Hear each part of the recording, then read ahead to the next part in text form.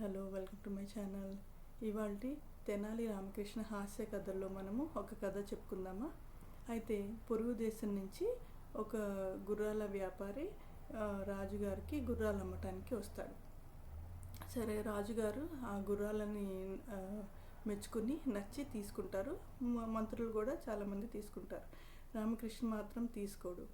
అయితే ఎందుకు తీసుకోలేదు అంటే, మన విజయనగర గుర్రాలకి సాటి ఏవి ఉన్నాయి అని అంటాడు. అయితే రాయల వారికి కోపం వస్తుంది. అయితే నువ్వు నిరూపించాలి అంటే ఒక పోటీ రోజు నిర్ణయిస్తారనమాట. సో ఈ లోపల రామకృష్ణ ఏం చేస్తాడంటే, ఆ గుర్రాన్ని బాగా ఆకలితో మాడుస్తాడు. మార్చి బక్క చిక్కేలాగా చేస్తాడు.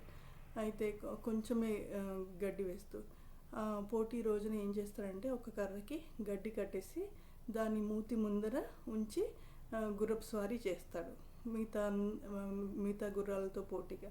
అప్పుడు ఆ గుర్రం ఆ గడ్డిని పట్టుకుని తినాలనే ఆతృతతో ఎంత గాలి కన్నా వాయువేగంగా పరిగెడుతుంది. మిగతా గుర్రాలన్నీ ఓడిపోతాయి. సో ఆ విధంగా తెనాలి రామ గుర్రము ఆకలిని మించి లేకపోతే ఆ ఆకలిని తీర్చుకోవటానికి వాయువేగంతో పరిగెడుతుంది, విన్ అవుతుంది. కాబట్టి రాయల వారు రామకృష్ణుని మెచ్చుకుంటారు. అయితే మోరల్ ఆఫ్ ది స్టోరీ ఏంటంటే, టాలెంట్ అనేది మనలోనే ఉంటుంది. దాన్ని బయట నుంచి తెచ్చుకోవాల్సిన అవసరం లేదు.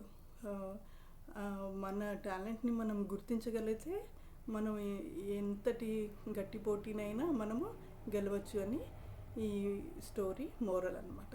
సో నెక్స్ట్ ఎపిసోడ్తో మళ్ళీ ఇంకో కొత్త కథతో కలుద్దాం. Thank you. బాయ్.